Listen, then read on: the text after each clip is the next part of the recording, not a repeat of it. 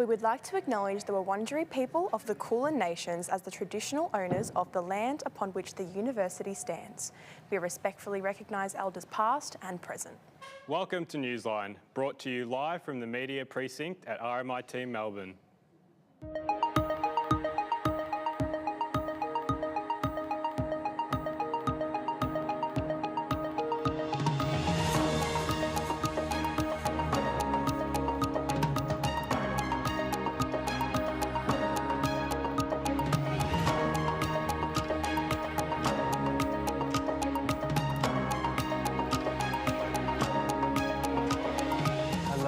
Welcome to Newsline. I'm T. Mitchell.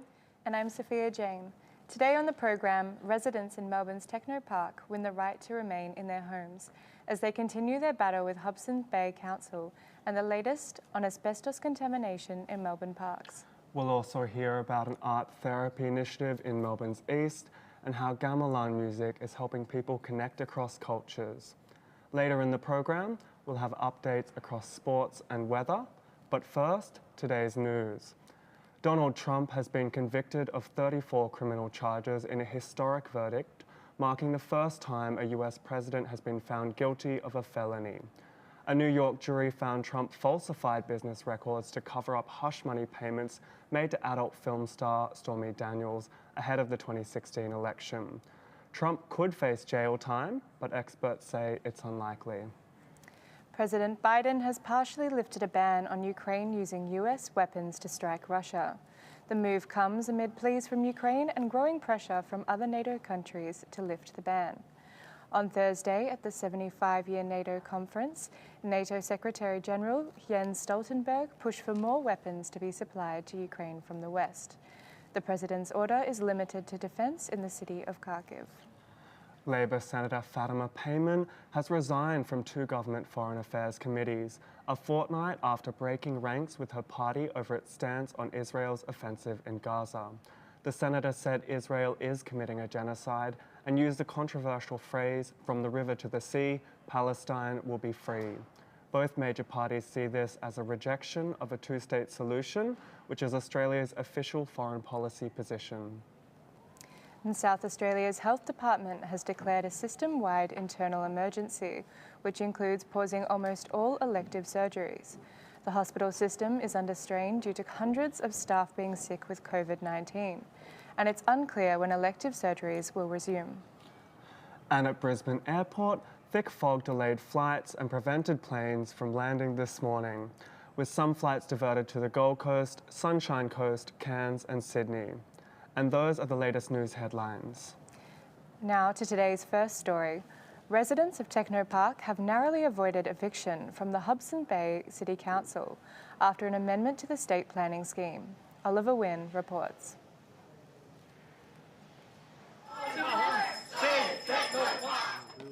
For almost a year, residents from Techno Park have been fighting for their homes after the Hobsons Bay City Council ordered their eviction over a zoning dispute.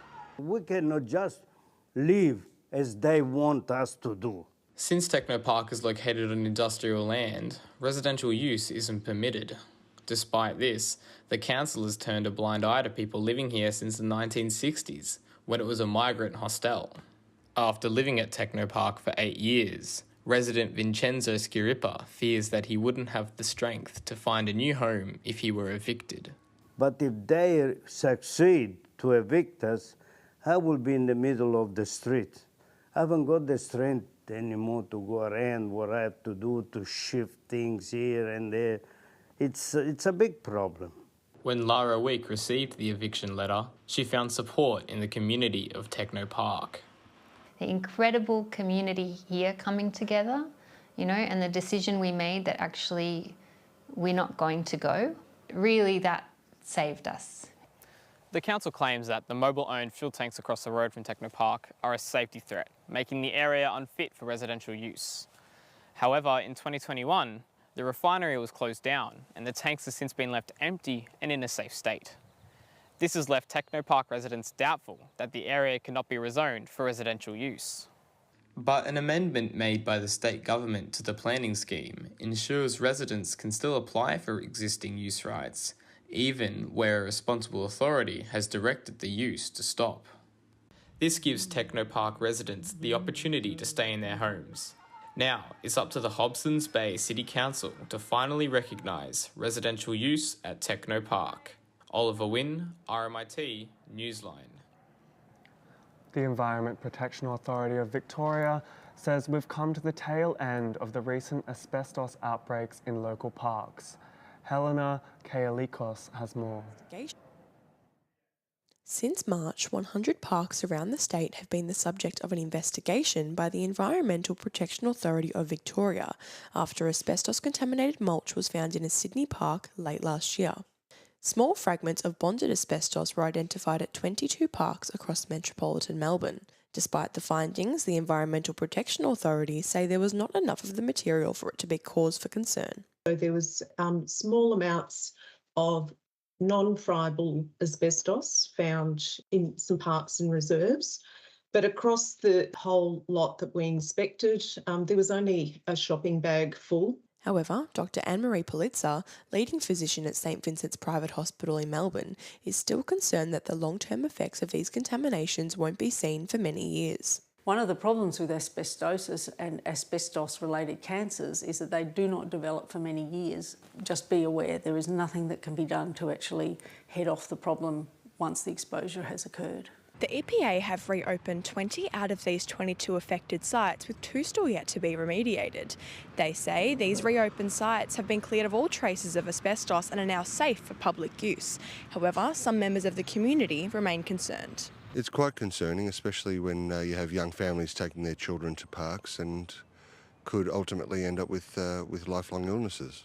A little bit worried about it, especially because it's like a children's playground. Just a little bit concerned for the fact that it's just too close to home. The EPA believe these contaminations have been the result of illegal dumping, but assure the community that all traces of asbestos have been cleared. Helena Kaelikos, RMIT Newsline.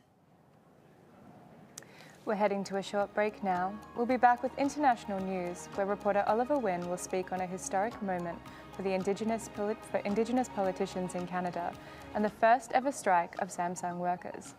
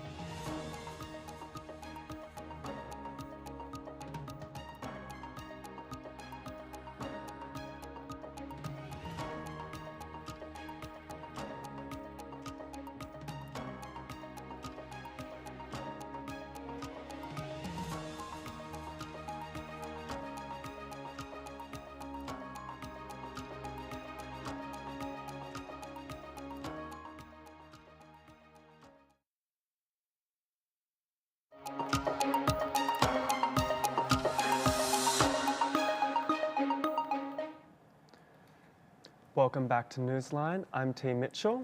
And I'm Sophia Jane. We're joined now by Oliver Wynne to discuss today's international news. Thank you, Sophia.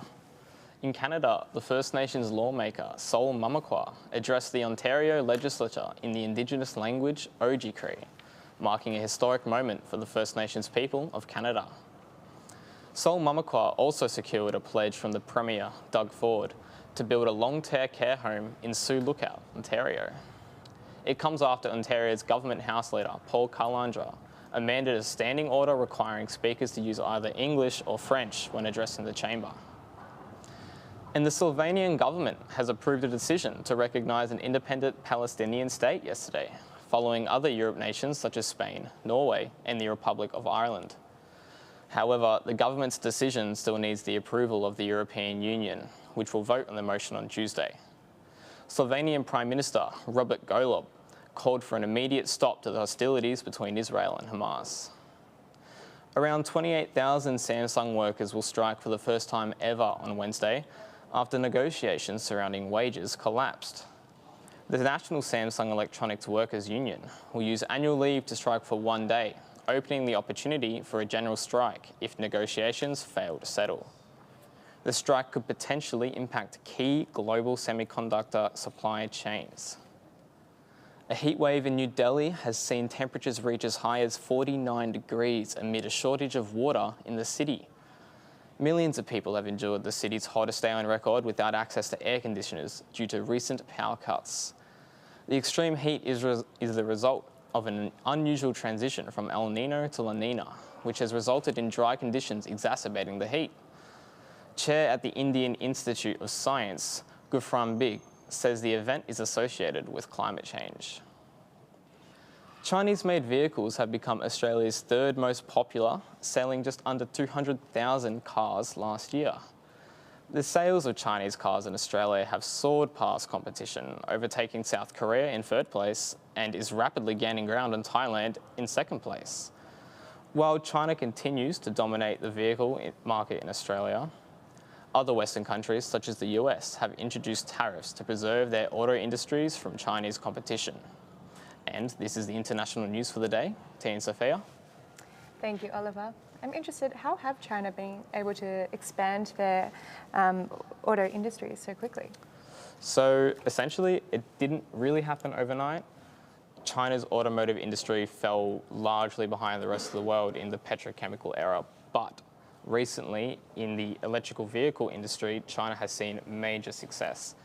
This is due to a myriad of factors, and the first I'd say would be the fact that the Chinese government has a history of supporting the electrical vehicle companies by offering them industrial subsidies, financial subsidies, allowing them to operate at maximum capacity without the worry of resources. Another thing as well is that they leverage existing supply chains, such as battery manufacturing, which, batteries are essentially the heart of electric vehicles. So having a large resource of batteries really allows China to soar in electric vehicle production. So, Ollie, why are so many Australians buying Chinese-made EVs?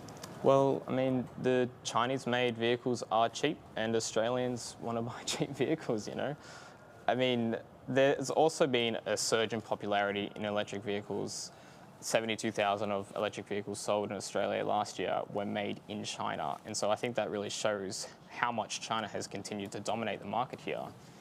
Another thing as well, though, is that Chinese electric vehicles have really increased in quality quite a bit recently. And this is due to a lot of technological innovation and also just the large availability as well of electric vehicles in China have allowed Australian consumers to buy the cars that fit their lifestyle. And other Western countries have included or have introduced tariffs on China.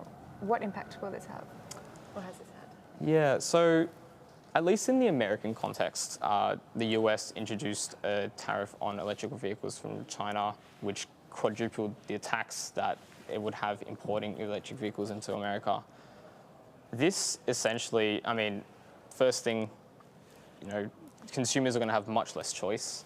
They're not going to have the ability to buy cheaper cars as well. They're going to have to resort to the more expensive counterparts. Another thing as well is that this is just going to contribute to escalating tensions between the US and China, which, I don't think that's what the US and China really need at the moment. And if Australia want to mediate their relations with China, they should really focus on allowing that market to thrive here. And I think it's also just going to slow technological innovation, and it's not really going to stop China's industry from expanding anyway. So, yeah. Thanks for that, Ollie. We're heading to another short break now. We'll be back to take a look at new family violence reforms announced by Victorian Premier Jacinta Allen yesterday. And we'll see how the gamelan, an Indonesian instrumental ensemble, is being used to bring cultures together. Stay with us.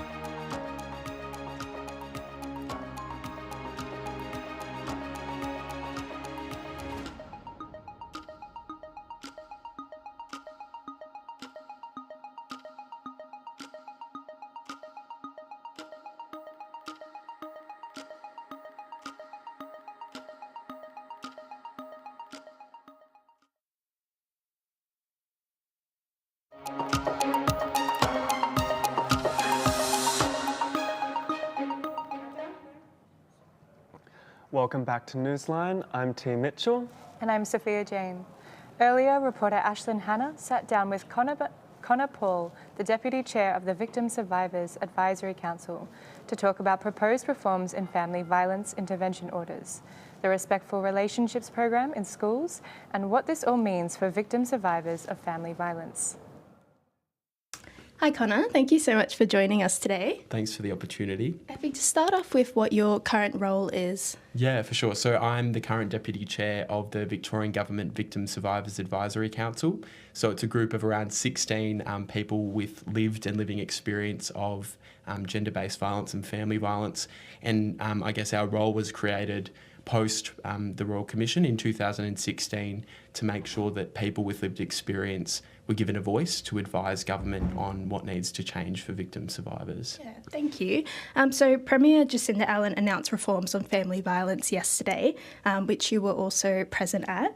Can you tell us what these reforms mean for victim survivors? For sure. I think the reforms announced yesterday and the increased investment in, particularly in therapeutic healing and recovery services, is building upon Victoria's world-leading work and nation-leading investment in the scourge that we're seeing really around Victoria and around the country when we're thinking about male violence. And obviously, Victoria had the first and only Royal Commission into Family Violence in 2016, and it's been 8 years, and we are leading the nation in regards to how much money we're investing and the initiatives that we're partaking in to make sure that perpetrators are held to account for their choice to use violence, but also that victim survivors get the support that they need and deserve. And I guess some of the announcements yesterday build upon that work and strengthen that work, particularly the increased investment in supporting children and young people to heal and recover from the impacts of family violence, but also equally, and I think if not more importantly, holding people who choose to use violence to account, because if we're not keeping people who choose to use violence in view, I don't think any of this work in supporting victim survivors matters. Thank you. A key element was continued shifts through the Respectful Relationships program in schools. How will this help with early intervention with family violence? Yeah, I think, so when I'm 20, so when I was at school, the Respectful Relationships program, the rollout across Victoria had just started, and I wish I had that program at my school when I was attending, because I didn't have the language to articulate what I was experiencing at home. I knew I felt unsafe, but I thought it was normal, and I think that's the experience of many children and young people. So the announcement yesterday to strengthen the Respect for Relationships program is welcomed. It's now going to encompass education about toxic forms and unhealthy forms of masculinity, and supporting young men and young boys in our schools to understand that that sort of behaviour towards women is unacceptable, and also to give children and young people the language to know that what they're experiencing is unacceptable, and if they're living unsafely in their home, which we know far too many children and young people are in this country, that there is support for them to escape and to get the therapeutic healing and recovery supports that they deserve. Thank you for your insight. I'll just kind of finish up with Jacinda Allen's, the government response to the high rates of harm to women are positive, like you said, but there are concerns that the oversight of the court orders could kind of lead to, losing custody of children, and also, I guess, what are your thoughts on this? I think the legislative change that were announced yesterday by the Attorney General alongside the Premier are welcome steps, but the sense that I got from the government is that they're still very much in a consultation phase, and they haven't made any announcements that are written down on paper. They still need to draft legislation, they still need to draft bills, and there is a commitment from the government to make sure that those pieces of work to change legislation will be looked at thoroughly and carefully. And I think with the support of victim survivors and VSAC, the Victim Survivors Advisory Council, we won't see, hopefully, unintended consequences of those legislative changes that are needed, because currently the burden is on victim survivors to obtain orders if they feel unsafe. Today that shifts. Victim survivors don't need to go to court every 12 months to prove they're still at risk, and that's what the announcements made yesterday and further announcements made today in Ballarat I think speak to. The burden is on victims, is not on victim survivors, it is on those who choose to use violence. Thank you so much, Connor. Thank you. Now back to the studio with T and Sophia. The Australian Indonesia Youth Association hosts regular events bringing together young people from different cultures. Recently, they held a gamelan and wayang workshop with the Indonesian Students Association at the University of Melbourne. Ashlyn O'Brien and Sophia Jane report. This is a gamelan, an instrumental ensemble from Indonesia's most populated island, Java. Hosted by the Australia-Indonesia Youth Association and Melbourne Community Gamelan, where Australian teacher Alona Wright's interest in Indonesian music began. When students come in, they're all at the same level. None of them know how to play gamelan, and within 5 minutes they're playing together. I'm standing outside Melbourne Hall at the Melbourne University Parkville campus, where the other night more than 30 young Indonesian students learnt how to play the gamelan for the first time. For many, this event signifies something more than just learning to play musical instruments. It is a celebration of culture and a way of bringing together young people from both countries. Holding this event will help promote cultural awareness, especially since Indonesia is a close friend, ally, and neighbor of Australia. The first gamelan reached Australian shores in the 1940s, brought by Indonesian prisoners exiled for opposing Dutch colonial rule. I'm standing here inside the Margaret Kartomi Gallery at Monash University Clayton campus, where the Gamelan Degul sits on display. Since its arrival, the Gamelan Degul has played a symbolic role in the relationship between Australia and Indonesia, and has been the life study for Australian ethnomusicologist Margaret Kartomi. It's quite famous in Indonesia as the symbol of the beginnings of friendship between the Australian and Indonesian people, because the first time that Australians actually heard gamelan music was from the Gamelan Degul in the 1940s. And at that time, it was the first time that Indonesians and Australians met each other and married each other, and it's quite a link between the two countries. From the 1940s to the present day, the gamelan continues to be the cornerstone of Indonesian culture in Australia. This has been Sophia Jane and Ashlyn Hannah for RMIT Newsline.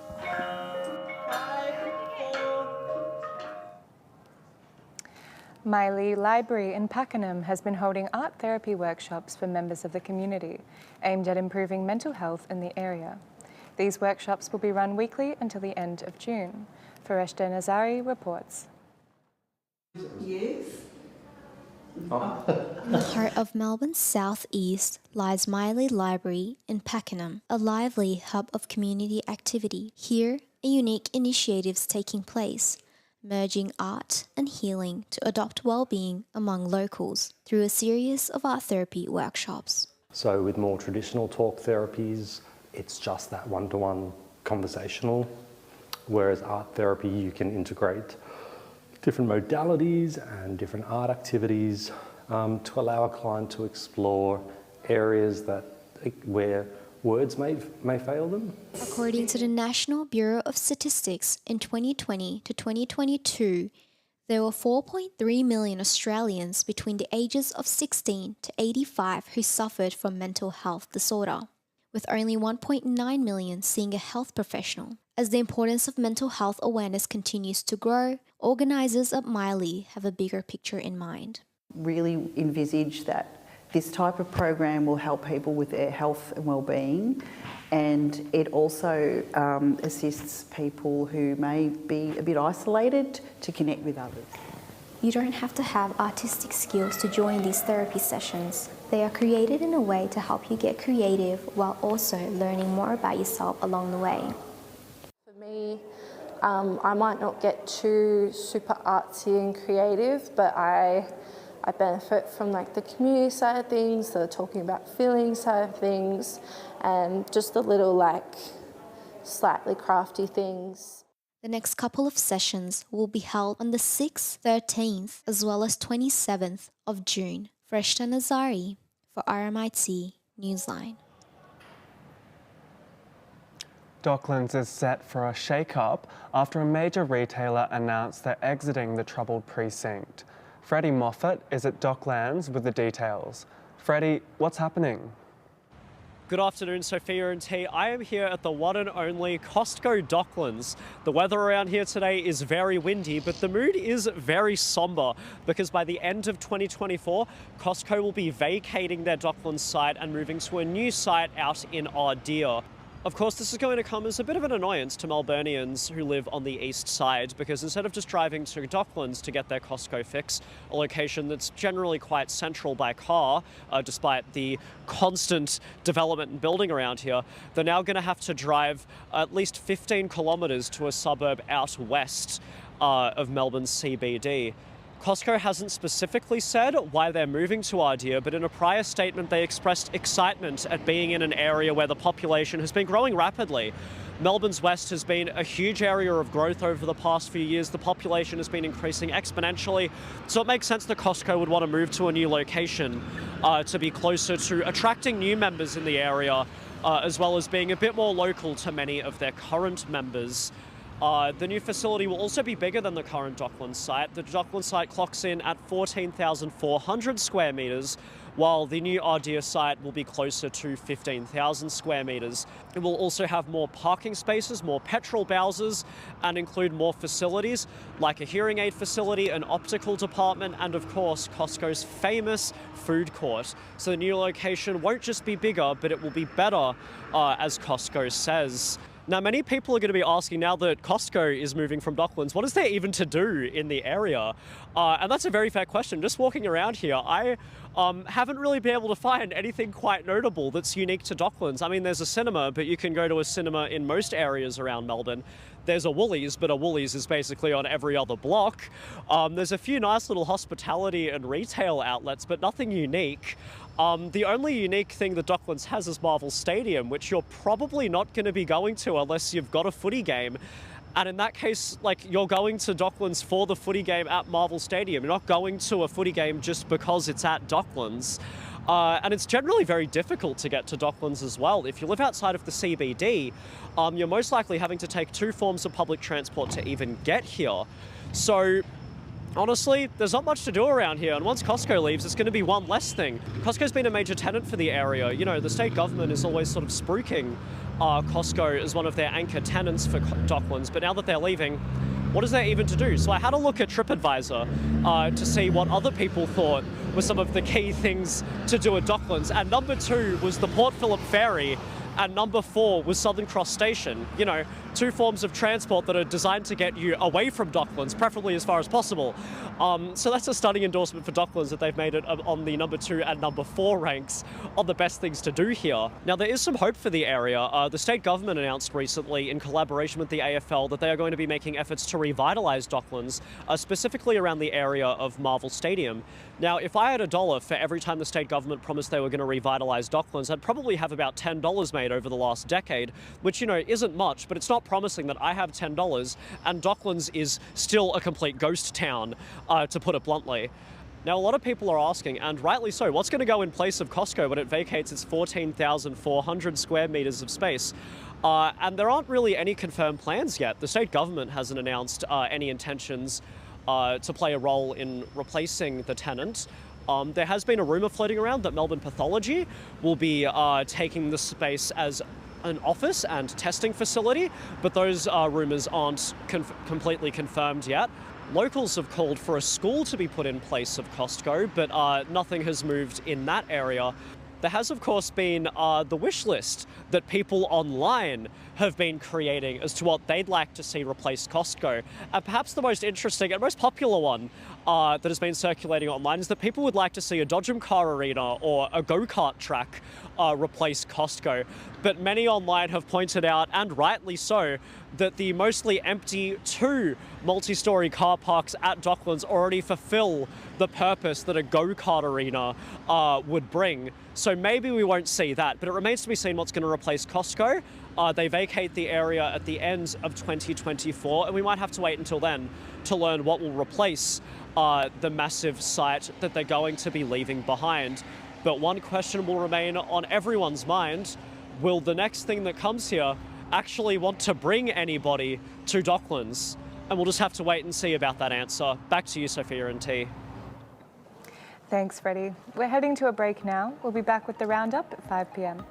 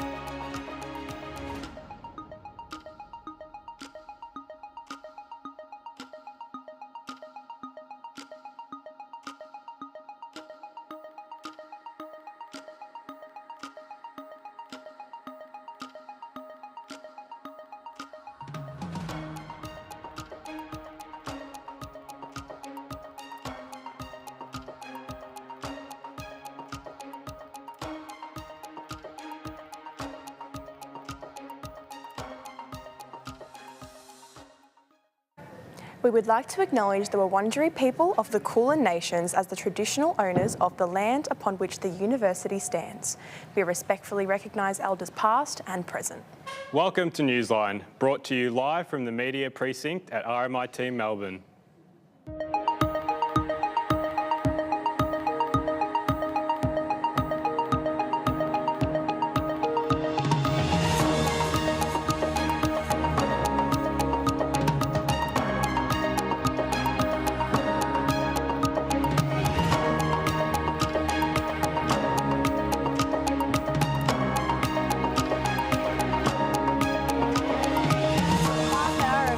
Sport and weather.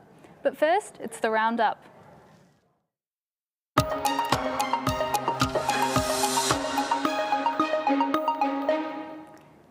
Good afternoon and welcome back to Newsline. I'm Nia Barnes. And I'm Grace Frost. And this is the roundup. In today's program, we bring you the biggest stories from Australian arts, tech and international politics. On today's agenda, the Ticketmaster hack affecting thousands of Australians. Second-degree murder convicted influencer Gypsy Rose's latest claim to fame in new docu-series. And the story gripping the world, the guilty verdict this morning delivered to Donald Trump. But before our reporters join us at the desk, a look at the breaking headlines from around the globe being covered by the world's newspapers. Starting off with the Jerusalem Post. The paper is leading with Israel's military forces having taken full control of the Philadelphia Strip, a buffer zone against Egypt, meaning it now controls Gaza's entire land border. Israeli defences found about 20 tunnels used by Hamas to smuggle weapons into Gaza. The Post reported the takeover would clamp down on possible weaponry flow to Hamas from the outside. Egyptian sources, however, said the Hamas tunnels did not exist on the country's border and accused Israel of using the alleged discovery as justification for its continued operations on Rafah. An estimated 36,000 Palestinians have been killed and more than 80,000 injured in Israel's war on Gaza since October 7. To Canada, the National Post reports only 5% of those who applied to the Canadian Forces in the last financial year were accepted, despite the country facing shortfalls of almost 17,000 service people. The number of servicemen and women required, however, is expected to grow to 30,000 when new Canadian defence policies are finalised. It's a story felt at home, with Australia also facing low acceptance rates, but thankfully our shortfalls are less severe. The Irish Daily Mail has today splashed with breaking news of the stark gender gap in pension payments. The paper reports women have to work 8 years longer than men to enjoy the same retirement benefits in the country. The study undertaken by Irish Life found an average gender pension salary gap of £22,000, about 42,000 Australian dollars. An Irish woman would have to work until 73 to start retirement with the same amount of savings as a man who stops working at 65. Also in Europe, French publication Le Monde reports an update on controversial TikTok laws in New Caledonia. The French government banned the social media giant, believing the platform had been used by opposing forces to fuel protests in the territory.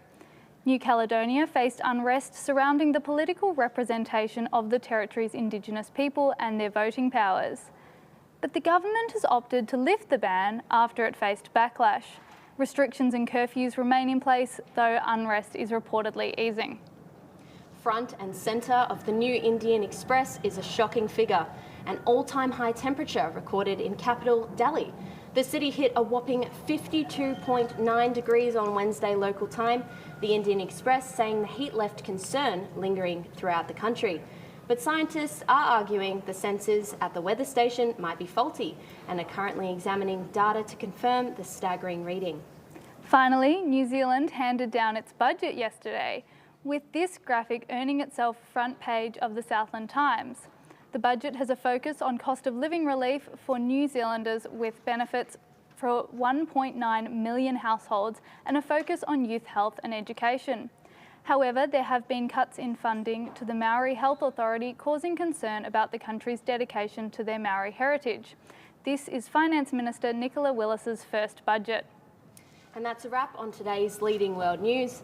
Jumping to the latest in technology, millions of Instagram users have shared an AI-generated image to their stories, but many were unaware of its artificial roots. The AI image mock-up shows tents in Rafah being shared in support of Palestinians during the ongoing Israel-Palestine war. It reads, "All eyes on Rafah," Rafah being the Gazan city that Israel is advancing on.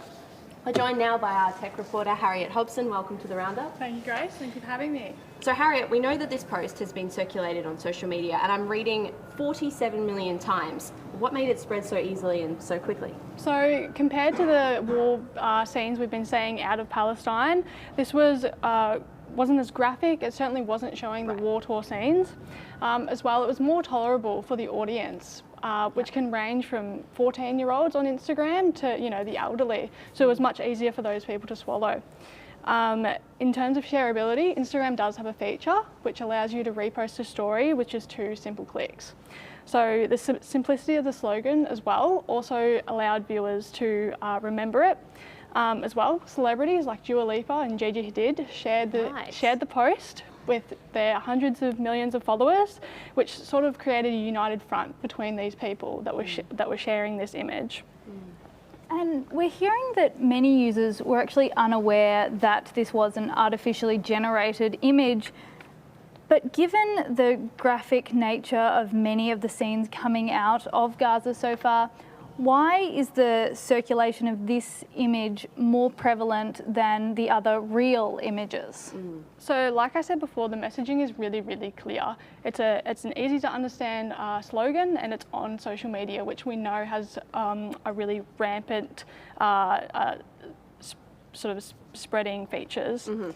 The controversy, however, is that the image doesn't really reflect what is happening in Palestine and the war-torn countries. If you've done your research, you know that children are dying and families are being split up in this conflict. However, it does allow people to learn about the complexities of this war. Of course. And as the image was shared just days after Israel sent missile strikes to Rafah, where 45 people were killed and hundreds other were wounded. People learned about that, as well as Israel has confirmed that the attack targeted 2 Hamas commanders. So although the image was much more digestible, it still didn't really allow for people to see what was happening was really happening in this country. However, people are sharing more real images now, and it is becoming more educational. Okay, it'll be interesting to see whether it continues to circulate. Next up in tech, American platform Ticketmaster has allegedly been hacked by dark web group called Shiny Hunters. The hacker group has claimed to have obtained 560 million users' information worldwide. 2 million of these users affected are Australian. So, Harriet, what information has been leaked? Yeah, so like you said, 560 million users worldwide have been hacked, and 2 million of those have been Australian. And in this leak, phone numbers and full names, as well as encrypted card numbers and passwords have been leaked. However, Ticketmaster is yet to release a statement regarding the severity of this situation. Right, so there's been over 800,000 reports of data breaches each year from groups like the Shiny Hunters. Should we expect more of these data breaches as Australians going forward? Well, Shiny Hunters they made themselves known in 2020, which is just 4 years ago. But in that 4 years, we've seen over 300 million customers' information affected through various other companies. So Microsoft, Pizza Hut, Tokopedia, Wishbone and Wattpad have all been affected by Shiny Hunters and targeted. And Shiny Hunters seem to do it for the money. They are selling these users' information on the dark web. So for this current Ticketmaster hacking, they're asking for $500,000 USD. And they're trying to sell it to potential buyers. However, there has been no updates or any potential buyers as of yet.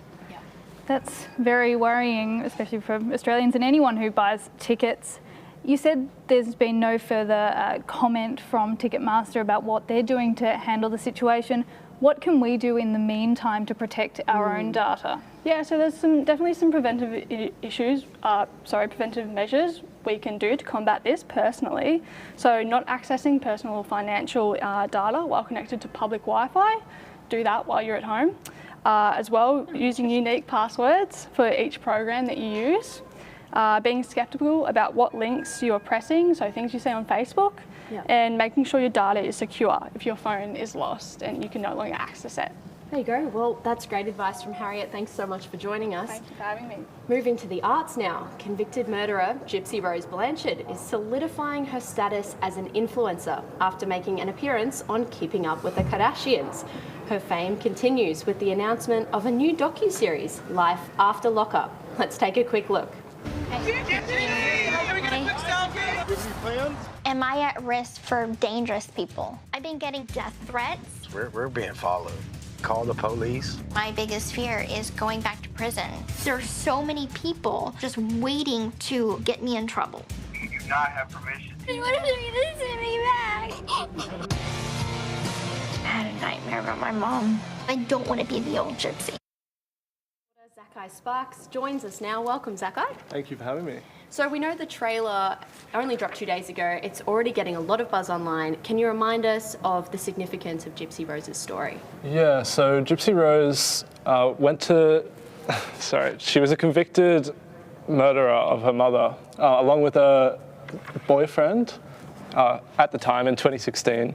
She served 8 years in prison and was just released in December last year. So quite recent. Quite recent, yeah. Blanchard was a victim of what experts call Munchausen syndrome by proxy. So it's a mental illness and form of child abuse that she was subject to from a very young age. Right. It refers to a phenomenon where parents will make up fake symptoms to make it appear like their child is ill.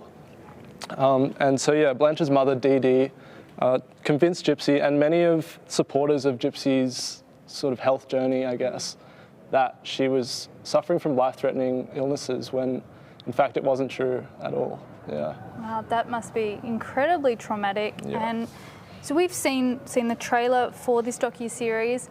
What do we know about it? What's going to be in it? We're not exactly sure what the contents of it will be, but from the trailer we can tell that it's basically going to be following her life outside of prison since she's just come out. But yeah, she'll be basically adjusting to her life since she's been in jail for 8 years now. It also looks like they'll be looking at her marriage with her husband and just sort of making up for lost time. And Zakai brings our next story as well. It's the 25th anniversary of synth pop band Air's famous album Moon Safari. To celebrate their debut hits, the electronic fusion band performed the album in its entirety at the Sydney Opera House for Vivid Sydney last week. Let's take a quick listen to some of the concert in Sydney the other day.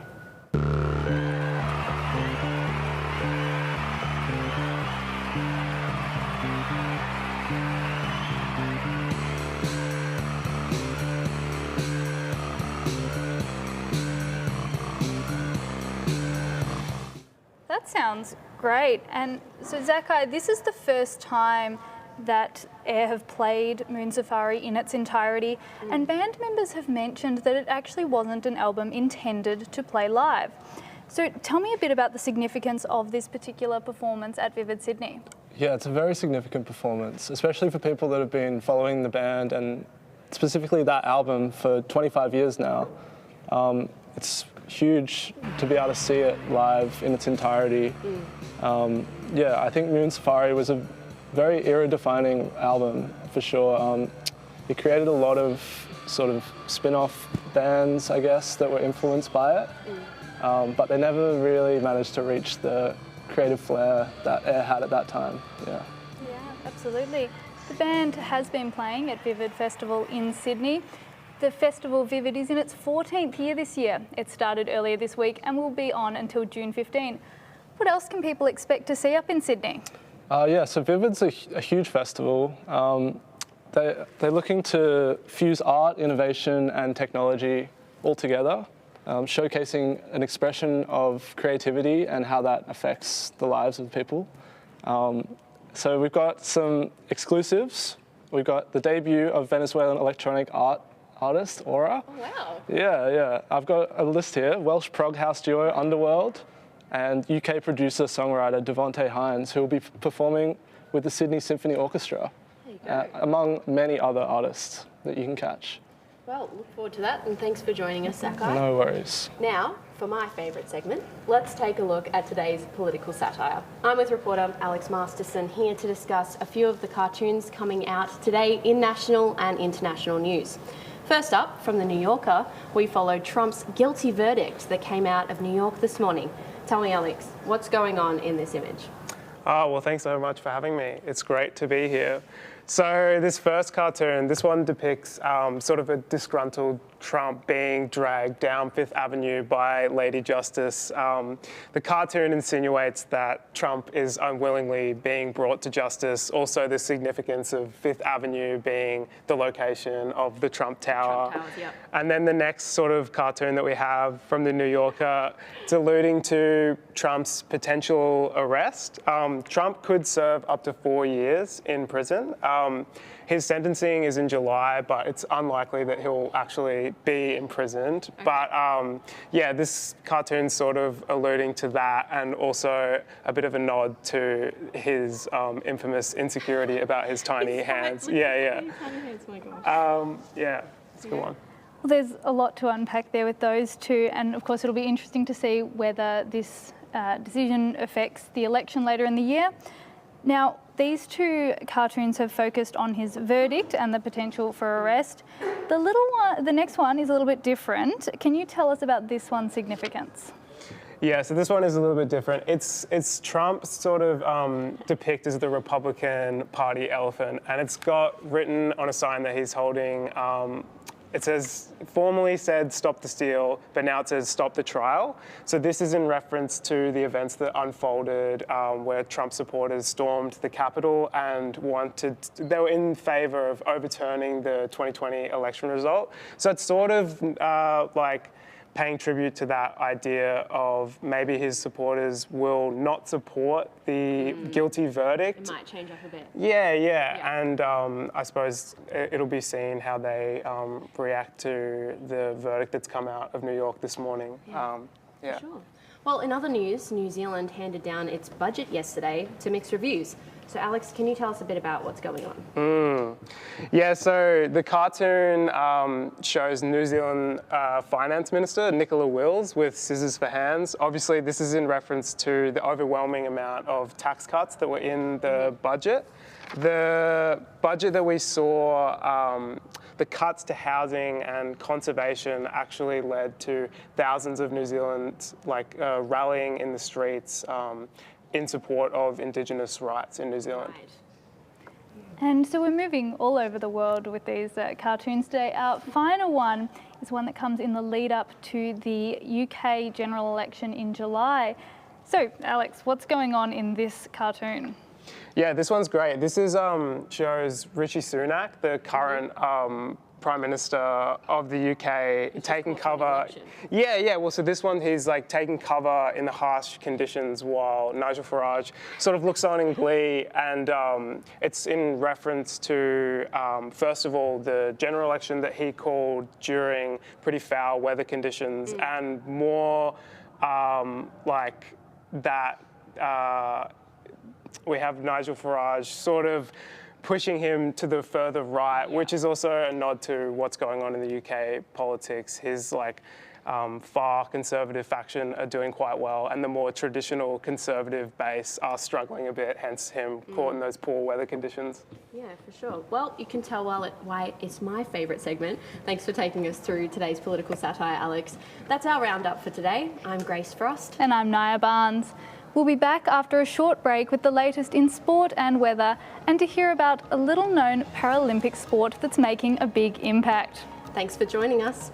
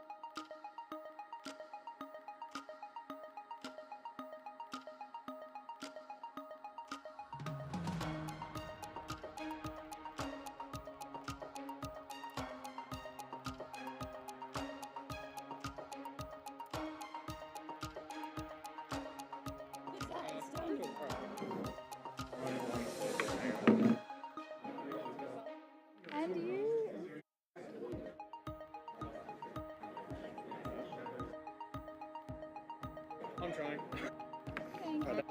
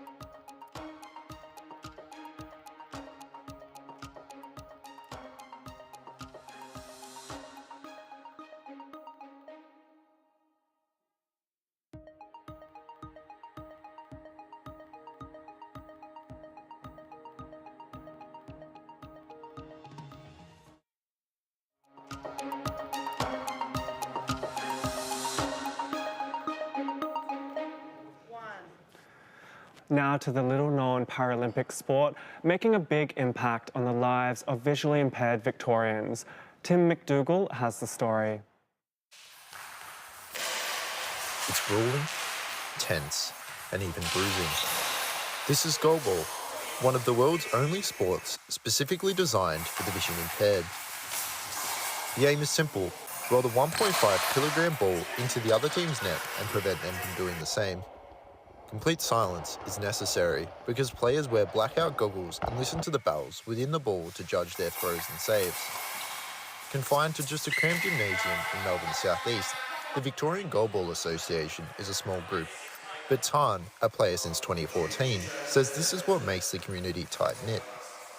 I mean, it's a family, right? There's good parts and there's bad parts. People get competitive, people get crazy, people get, love winning and hate losing. But then you have the community aspect that brings everyone together, and I think it's so rare in society for disabled people, and I'm focusing more on blind people because I'm blind. It's so hard to find a place where you fit in. The sport, which initially was made post-World War II for blind veterans, has now developed into a Paralympic event played in 112 countries. However, with Victorian Goalball being entirely run by volunteers, the association is always on the lookout for new recruits. So I'd recommend Goalball to anyone that is wanting a bit of a tight-knit community, wanting to make some new friends, wanting to sort of get out there and be active. As you can see, the Victorian Goalball community is a tight-knit family, and one thing you learn from being around is you can't step on the goalball court without at least trying it once. So here I go.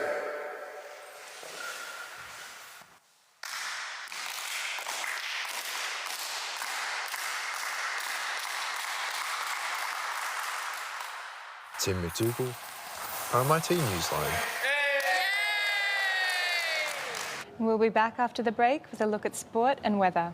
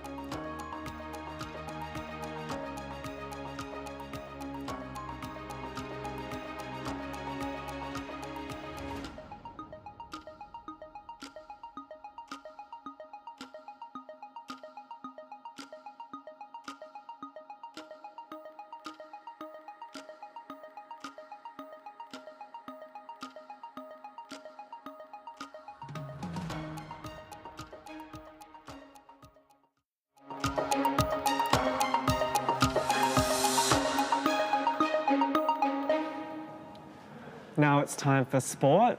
Reporter Alicia Walker joins us with the details. Over in Paris, French Open organisers have banned spectators from drinking in the stands in a bid to crack down on unruly crowd behaviour. The decision comes after world number ones Iga Swiatek and Novak Djokovic both made complaints about fans shouting during points, and Belgium David Goffin claims to have had chewing gum spat at him after a match. In terms of Australia's performance, Alex de Minaur has reached the third round of the French Open for the first time in his career, while Thanasi Kokkinakis has made a spectacular comeback to progress another day at rain-sodden Roland Garros. Rugby Australia's decision to shut down the Melbourne Rebels rugby side has casted doubts over Victoria hosting the 2027 Rugby World Cup final. Victorian Sports Minister Steve Dimopoulos has called the decision extremely disappointing, saying that the Victorian government expected Rugby Australia to commit to an elite level team in Victoria.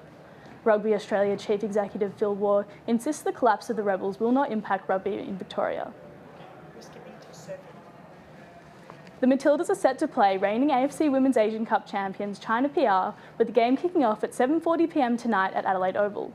Star forward Caitlin Ford says the sold-out game is definitely not a friendly match as Tony Gustafsson prepares to cull 5 players from the wider Matildas squad.